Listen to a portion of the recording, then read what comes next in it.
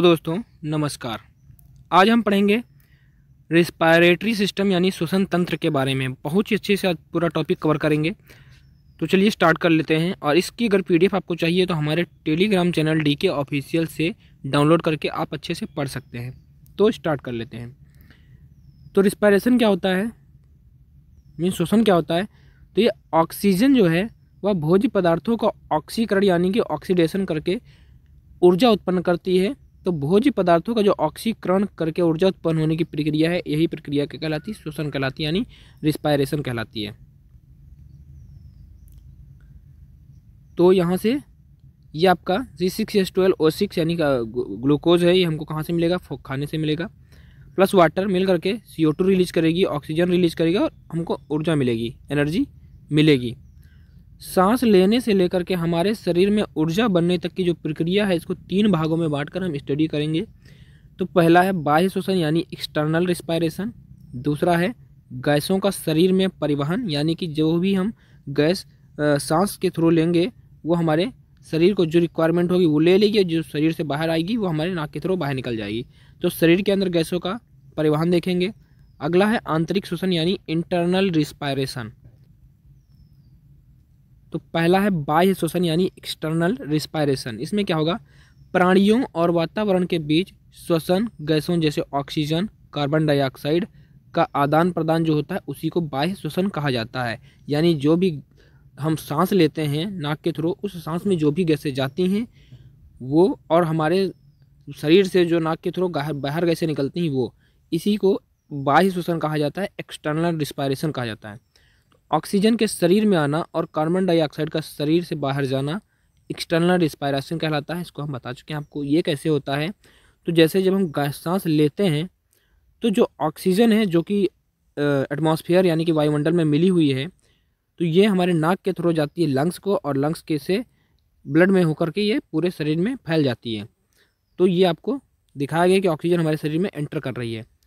यहाँ से क्या होता है, जब लंग्स के तक पहुंच जाती है ऑक्सीजन, तो ऑक्सीजन तो खून के ले लेता है, हीमोग्लोबिन ले लेता है, और उसके बाद वहाँ से क्या है, कार्बन डाइऑक्साइड को रिलीज़ कर देता है, और ये कार्बन डाइऑक्साइड हमारे नाक से होते हुए बाहर की ओर एटमॉस्फेयर में रिलीज़ कर दी जाती है।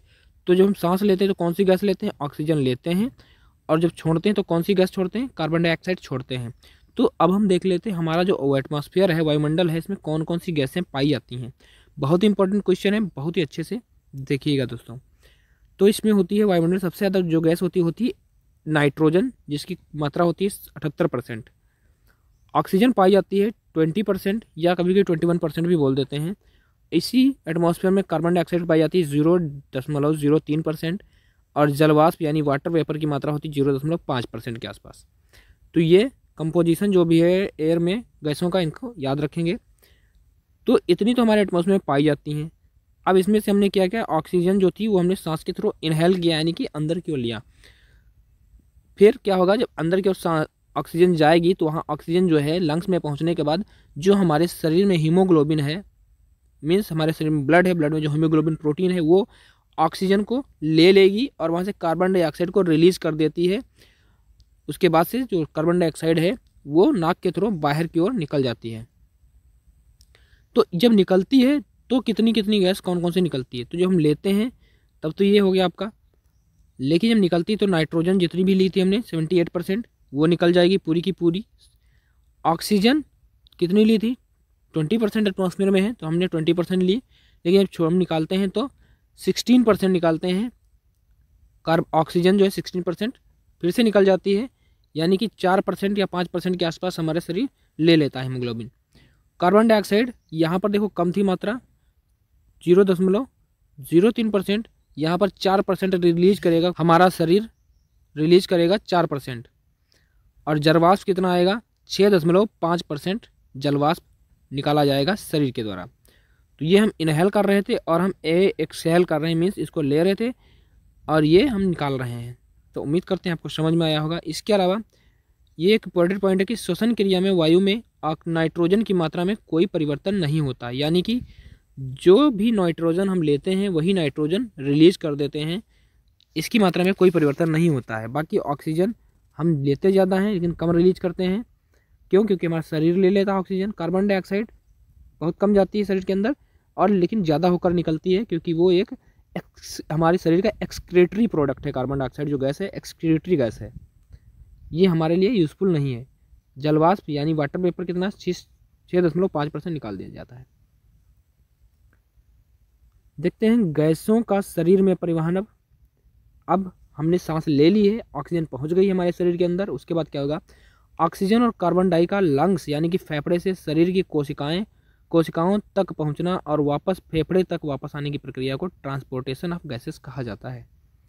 यानी कि जो ऑक्सीजन हमने ली है सांस के थ्रू, वो ऑक्सीजन हमारे कोशिकाओं तक कैसे पहुंचेगा, तो वो पहुंचेगा ब्लड के थ्रू यानी खून रक्त के थ्रू।